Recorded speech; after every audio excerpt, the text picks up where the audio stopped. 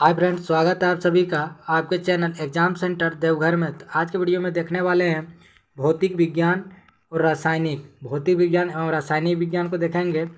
अगर आप लोग कोई भी कम्पिटिटिव एग्जाम की तैयारी कर रहे हैं तो उसके लिए बहुत महत्वपूर्ण होने वाला है। तो पहला प्रश्न को देखेंगे हम लोग। एक ही प्रकार के परमाणुओं से मिलकर बना पदार्थ क्या कहलाता है? तो तत्व कहलाता है। सही आंसर होगा तत्व। एक ही प्रकार के परमाणुओं से मिलकर बना पदार्थ क्या कहलाता है? तो तत्व कहलाता है।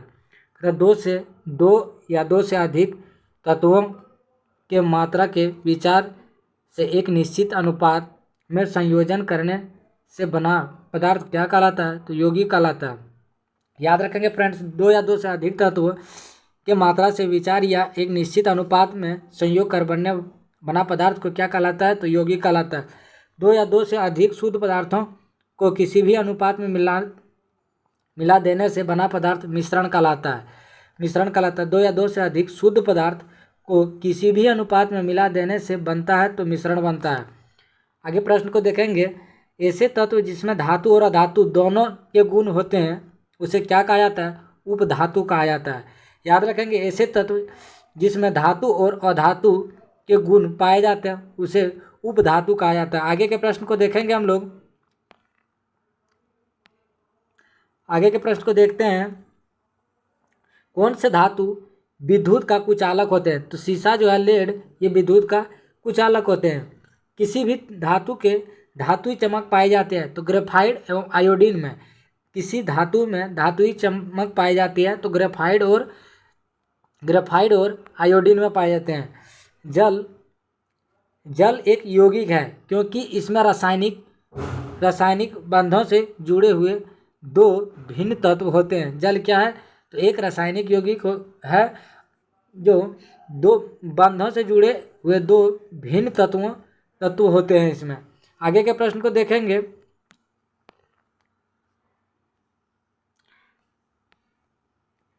कौन सा पदार्थ प्रकृति में 3 अवस्थाओं में पाए जाते हैं? तो जल है, ये 3 अवस्थाओं में पाए जाते हैं। H2O, ये ठोस भी होते हैं, द्रव भी होते हैं और गैस, ये तीनों अवस्थाएं में पाए जाते हैं। पदार्थ का चतुर्थ अवस्था क्या है? तो प्लाज्मा है। और पांचवा अवस्था जो है बोस-आइंस्टीन कंडेंसेट है। याद रखेंगे, पांचवा जो अवस्था है बोस-आइंस्टीन कंडेंसेट है। देखेंगे, विश्व का प्रत्येक पदार्थ अत्यंत सूक्ष्म कणों से मिलकर बना होता है। यह सर्वप्रथम किसने कहा? तो ये कनाद ने कहा था। विश्व का प्रत्येक पदार्थ अत्यंत सूक्ष्म कणों से मिलकर बना होते हैं उसे सर्वप्रथम किसने कहा था? तो कनाद ने कहा था। किसी यौगिक के गुण उसके अवयवी तत्वों के गुणों के पूर्णतः भिन्न होते हैं। किसी भी यौगिक के गुणों के अवयवी तत्व के गुण पूर्णतः भिन्न होते हैं। याद रखेंगे, बारूद क्या है? तो बारूद एक मिश्रण है। याद रखेंगे, बारूद एक मिश्रण है। वायु क्या है? तो वायु एक मिश्रण है। कोयला क्या है? तो कोयला एक तत्व है। याद रखेंगे, बारूद एक मिश्रण है, वायु एक मिश्रण है, कोयला एक तत्व है। हीरा याद रखेंगे क्या है? तो हीरा भी एक तत्व है। आगे देखते हैं। आगे के प्रश्न को देखते हैं। हीरा भी क्या एक तत्व है। परमाणु सिद्धांत की खोज किसने किया था? तो जॉन डाल्टन ने किया था। याद रखेंगे, परमाणु सिद्धांत का खोज किसने किया था? तो जॉन डाल्टन ने किया था। परमाणु के नाभिक का आकार होता है तो 10⁻⁻15 मीटर होता है। 10⁻⁻15 मीटर। तो परमाणु की प्रभावी जो त्रिज्या होता है 10⁻⁻10 मीटर होता है। परमाणु की प्रभावी त्रिज्या 10⁻⁻10 मीटर होता है। परमाणु की नाभिक के अवयव होते हैं प्रोटॉन और न्यूट्रॉन होते हैं। परमाणु के नाभिक में होते हैं प्रोटॉन और न्यूट्रॉन होते हैं। कौन सा एक आवेश रहित कण है? तो न्यूट्रॉन एक आवेश रहित कण है, इसमें कोई आवेश नहीं पाया जाता है। इंपॉर्टेंट है और एग्जाम में पूछे गए प्रश्न है। तो देखेंगे, परमाणु में कौन कौन से मूल कण समान संख्या में स्थित होते हैं? तो परमाणु में इलेक्ट्रॉन, प्रोटॉन होते हैं। परमाणु में कौन कौन से कण होते हैं? तो इलेक्ट्रॉन और प्रोटॉन होते हैं। आगे देखेंगे, इलेक्ट्रॉन की खोज किसने किया था? तो जे थॉमसन ने किया था। याद रखेंगे, इलेक्ट्रॉन की खोज जे थॉमसन ने किया है। प्रोटॉन की खोज किसने किया था? तो गोल्डस्टीन ने किया। प्रोटॉन की खोज किसने किया है? तो गोल्डस्टीन ने किया। न्यूट्रॉन की खोज किसने किया? तो जेम्स चैडविक ने किया है। न्यूट्रॉन की खोज जेम्स चैडविक ने किया है। और सभी प्रश्न BBI प्रश्न है। याद रखेंगे, सभी प्रश्न जो हैं BBI प्रश्न है, एग्जाम में पूछे जा सकते हैं प्रश्न। इलेक्ट्रॉन के तरंग प्राकृतिक की खोज सर्वप्रथम किसने की थी? तो याद रखेंगे डी ब्रोगली ने की थी। इलेक्ट्रॉन के तरंगे प्राकृतिक की खोज सर्वप्रथम किसने की थी? तो डी ब्रोगली ने किए थे। आगे के प्रश्न को देखते हैं।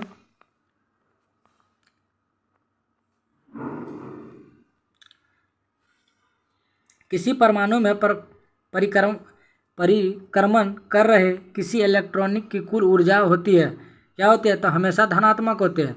किसी परमाणु में परिक्रमण कर रहे किसी भी इलेक्ट्रॉन की कुल ऊर्जा जो होते हैं धनात्मक होते हैं।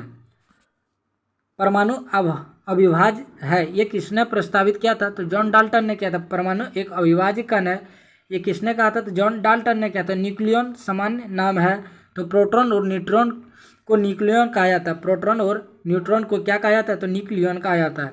याद रखेंगे एक इलेक्ट्रॉन आवेश बराबर कितना होता है? तो 1.6 × 10⁻⁹ कूलाम होता है। 1.6 × 10⁻⁹ कूलाम होता है। पॉजिट्रॉन ये एक धन आवेश इलेक्ट्रॉन है। पॉजिट्रॉन क्या है? तो ये एक धन आवेशित इलेक्ट्रॉन है। इलेक्ट्रॉन के आवेश की खोज किसने किया था? तो मिलीकन ने किया था। इलेक्ट्रॉन के आवेश की खोज किसने किया था? तो ये मिलीकन ने किया। परमाणु की विद्युतता होते हैं तो उदासीन होते हैं।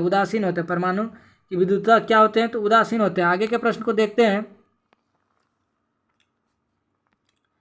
उदासीन होते हैं। परमाणुवीय नाभिक किसने खोज किया था? तो नाभिक का खोज किसने किया? तो रदरफोर्ड ने किया। याद रखेंगे नाभिक का खोज रदरफोर्ड ने किया।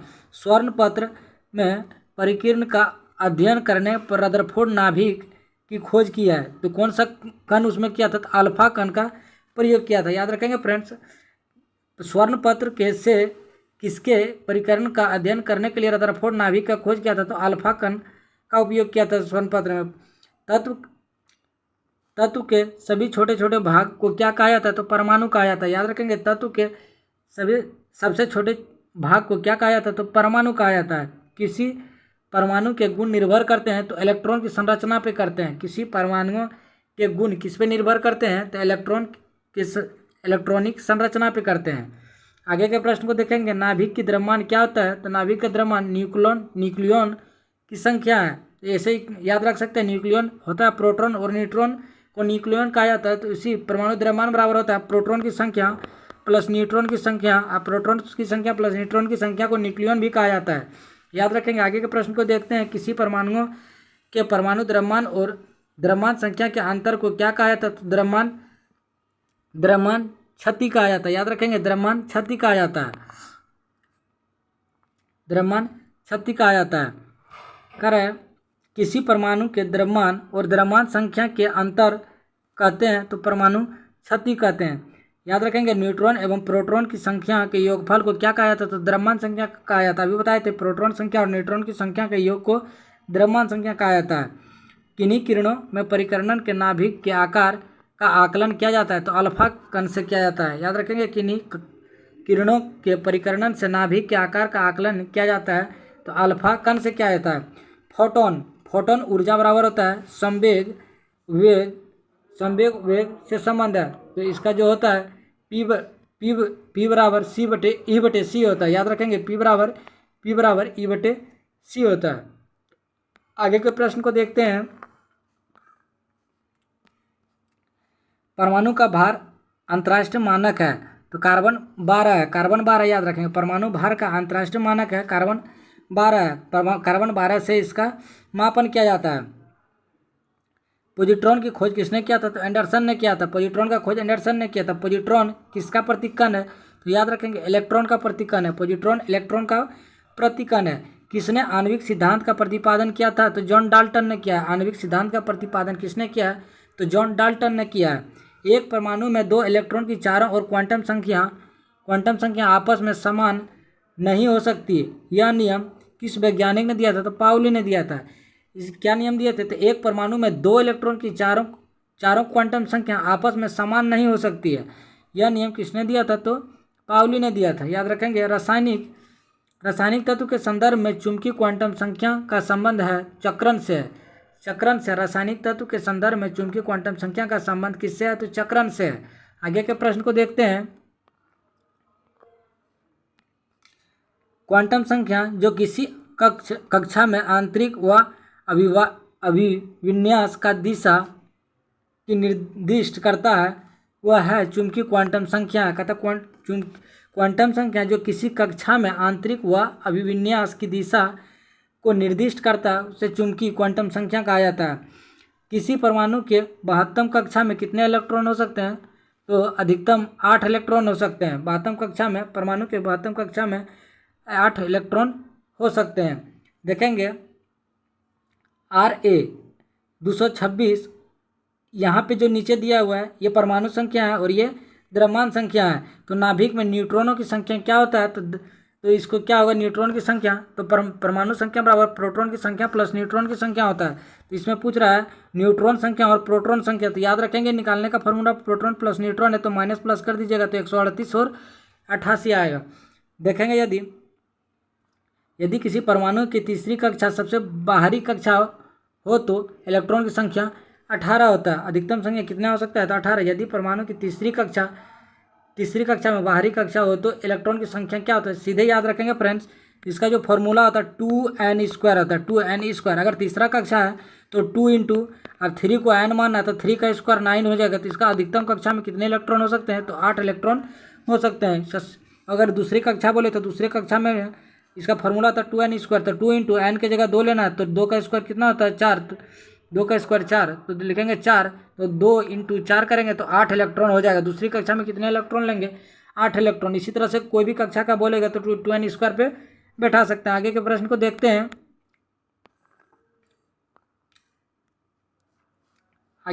देखते हैं। यदि परमाणु की तीसरी कक्षा सबसे बाहरी कक्षा हो तो इसमें 18 इलेक्ट्रॉन हो सकते हैं। जब कोई इलेक्ट्रॉन उच्च कक्षा से निम्न कक्षा में जाता है तो ऊर्जा का उत्सर्जन करता है। याद रखेंगे फ्रेंड्स, जब कोई इलेक्ट्रॉन उच्च कक्षा से अगर निम्न कक्षा में आते हैं तो उसका ऊर्जा का क्या होता है? उत्सर्जन होता है। जब 2 इलेक्ट्रॉन एक ही कक्षा में होते हैं तो उसमें क्या होता है? तो विपरीत चक्रण होता है। जब 2 इलेक्ट्रॉन एक ही कक्षा में होंगे तो उसमें क्या होता है? तो ये विपरीत चक्रण होता है। आगे के प्रश्न को देखते हैं। यदि कक्षा की संख्या n से व्यक्त किया जाता है तो अधिकतम इलेक्ट्रॉन की संख्या, जो फार्मूला है 2n², अभी बताए थे, जो अधिकतम इलेक्ट्रॉन की संख्या का जो फार्मूला है वह 2n² निकालने का। तो n जो है कक्षा की संख्या दिया हुआ है। आगे के प्रश्न को देखते हैं। इलेक्ट्रॉन तब तक युग्मित नहीं होता है जब तक कि उसके लिए रिक्त कक्ष समाप्त ना हो जाए। यह सिद्धांत क्या कहलाता है? तो हुंड का नियम कहलाता है। क्या कहा जाता है? इलेक्ट्रॉन तब तक युग्मित नहीं होता है जबकि उसके लिए प्राप्त रिक्त कक्ष समाप्त नहीं हो जाए। यह सिद्धांत किसका है? तो हुंड का नियम है। आगे का प्रश्न को देखते हैं। अनिश्चितता के सिद्धांत का प्रतिपादन हाइजेनबर्ग ने किया था। अनिश्चितता का सिद्धांत किसने दिया था? तो हाइजेनबर्ग ने दिया था। वह कण जो न्यूक्लियन को बांधे रखने का कार्य करता है उसे मेसॉन कहा जाता है। वह कण जो न्यूक्लियन को बांधे रखने का कार्य करता है उसे क्या कहा जाता है? तो मेसॉन कहा जाता है। किसी तत्व की रासायनिक गुण निर्भर किस पे करता है? तो परमाणु की संख्या पे निर्भर करता है। किसी तत्व की रासायनिक गुण किस पे निर्भर करता है? तो परमाणु संख्या पे निर्भर करता है। किसी तत्व की रासायनिक प्रकृति निर्भर करता है तो संयोजी इलेक्ट्रॉन पे करता है। किसी तत्व की रासायनिक प्रकृति किस पे निर्भर करता है? तो संयोजी इलेक्ट्रॉन पे करता है। आगे के प्रश्न को देखते हैं। न्यूट्रॉनों का खोज किसने किया था? तो पाउली ने किया था। याद रखेंगे, न्यूट्रॉनों की खोज किसने किया था? तो पाउली ने किया था। मेसॉन के खोजकर्ता कौन है? तो युकावा है। मेसॉन का खोजकर्ता कौन है? तो युकावा है। रेडियो सक्रियता की खोज हेनरी बेक्यूरेल ने किया था। रेडियो सक्रियता की खोज किसने किया था? तो हेनरी बेक्यूरेल ने किया था। रेडियो सक्रियता का गुण किसका गुण है? तो नाभिक का गुण है। रेडियो सक्रियता किसका गुण है? तो ये नाभिक का गुण है। रेडियो सक्रियता परिवर्तन में भाग लेता है तो परमाणु के नाभिक लेता है। रेडियो सक्रियता परिवर्तन में भाग कौन लेता है? तो परमाणु के नाभिक लेता है। याद रखेंगे, किसी परमाणु के अस्थायी नाभिक में होते हैं प्रोटॉन की संख्या होती है तो न्यूट्रॉन की संख्या से कम होती है। किसी परमाणु के अस्थायी नाभिक में प्रोटॉन की संख्या जो होती है न्यूट्रॉन की संख्या से कम होती है। रेडियो सक्रियता की इकाई क्या है? तो क्यूरी है। रेडियो सक्रियता की इकाई क्या है? तो क्यूरी है। आगे के प्रश्न को देखते हैं। रेडियोधर्मी पदार्थ उत्सर्जित करते हैं तो अल्फा, बीटा और गामा कण को करते हैं। रेडियोधर्मी पदार्थ क्या उत्पन्न करते हैं? तो अल्फा, बीटा और गामा कण को उत्सर्जित करते हैं। कौन रेडियो सक्रिय किरण हीलियम के नाभिक में समकक्ष होते हैं? तो अल्फा कण होते हैं। हीलियम के नाभिक में कौन समकक्ष होते हैं? तो अल्फा कण होते हैं। रेडियो धार्मिक वस्तुओं को किसने बने पात्र में रखा जाता है? तो शीशा में रखा है। रेडियो धार्मिक वस्तुओं को किससे बने पात्र में रखा जाता है? तो शीशा में रखा जाता है। यूरेनियम विखंडन की सतत प्रक्रिया को जारी रखने के लिए किस कण का आवश्यकता होती है? तो न्यूट्रॉन का होता है। न्यूट्रॉन का होता है। यूरेनियम विखंडन की सतत प्रक्रिया को जारी रखने के लिए किस कण की आवश्यकता होती है? तो न्यूट्रॉन का होता है। आगे के प्रश्न को देखते हैं। नाभिक से निकलने वाली विकिरण किसकी वेधन क्षमता सर्वाधिक होती है? तो गामा किरण की वेधन क्षमता क्या होती है? सर्वाधिक होती है। नाभिक से निकलने वाली विकिरण किस किरण की वेधन क्षमता सबसे अधिक होती है? तो गामा किरण का होता है। अल्फा किरणें H helium plus plus ion देते हैं। अल्फा किरणें क्या देते हैं? तो helium plus plus plus ion देते हैं। बीटा किरणें क्या देते हैं? ऋण आवेश कणों से। बीटा किरणें बनी होती है, ऋण आवेश कणों से बनी होती है। अल्फा किरणें पर उपस्थित आवेश जो होती है दो इकाई धन आवेश होते हैं। अल्फा किरणों पर उपस्थित आवेश जो होते हैं 2 इकाई धन आवेश होते हैं। किसने उत्सर्जन से संभारिक का निर्माण किया था? तो बीटा किरण किया था। बीटा किरण किसके उत्सर्जन से संभारिक का निर्माण हुआ था? तो बीटा किरण के हुआ था। बीटा किरण से हुआ था। किसमें ऋणात्मक आवेश होती है? तो बीटा किरण में होता है। ऋणात्मक आवेश किसमें होती है? तो बीटा किरण में होते हैं। याद रखेंगे। इलेक्ट्रॉन के समरूप है तो बीटा कण है। इलेक्ट्रॉन के समरूप कौन है? तो बीटा कण है। आगे के प्रश्न को देखते हैं। बीटा कण है। किस किरण की आयनन क्षमता सबसे कम होती है? तो गामा किरण की आयनन क्षमता क्या होती है? सबसे कम होती है। किस किरण की आयनन क्षमता सबसे कम होती है? तो गामा किरण की आयनन क्षमता सबसे कम होती है। किस किरण की आयनन क्षमता सबसे अधिक होती है? तो अल्फा किरण की आयनन क्षमता सबसे अधिक होती है। समस्त रेडियो सक्रियता पदार्थ क्षय होने के पश्चात किसमें अंतिम रूप से बदल जाते हैं? तो शीशे में बदल जाते हैं। समस्त रेडियो सक्रियता पदार्थ क्षय होने के पश्चात किसमें अंतिम रूप से बदल जाते हैं? तो शीशे में बदल जाते हैं। किस किरण की वेधन क्षमता सर्वाधिक होती है? तो गामा किरण की वेधन क्षमता सबसे अधिक होती है। किसकी वेधन क्षमता सबसे कम होती है? तो अल्फा किरणें की वेधन क्षमता सबसे कम होती है। और सबसे कम ज़्यादा किसका होता है? तो गामा किरणें की वेधन क्षमता सबसे अधिक होती है। याद रखेंगे। बहुत इंपॉर्टेंट प्रश्न है ये सब, और सभी को याद रखना। ऑनलाइनर प्रश्न और ये रिमाइंडर बुक से करवा रहे हैं। किसी रेडियो सक्रियता तत्व का नाम किसके खोजकर्ता के देश के नाम पर रखा गया है? तो पोलोनियम। किसी रेडियो एक्टिव तत्व का नाम किसके खोजकर्ता के देश के नाम पर रखा गया है? तो पोलोनियम के नाम पे रखा गया। आगे देखेंगे। रेडियो तत्व किसका उपयोग मनुष्य के शरीर में रक्त प्रवाहित गति को मापने के लिए किया जाता है? तो रेडियो सोडियम का क्या है? Radio sodium. रेडियो तत्व में किसका उपयोग मनुष्य के शरीर को रक्त प्रवाह की गति को मापने के लिए किया जाता है? तो रेडियो सोडियम का किया जाता है। यदि किसी रेडियो धार्मिक पदार्थ की मात्रा दोगुना कर दिया जाए तो रेडियो धार्मिक क्षरण की दर क्या होगी? अपवर्तित रहेगी। इसमें कोई फर्क नहीं पड़ेगा।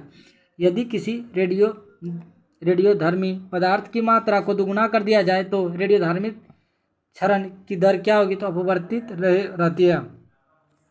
कृत्रिम रेडियो सक्रियता की खोज किसने किया था? तो एफ जूलियट व आई क्यूरी ने किया था। कृत्रिम रेडियो सक्रियता की खोज किसने किया था? तो जूलियट क्यूरी ने किया था। याद रखेंगे। जूलियट क्यूरी ने किया था।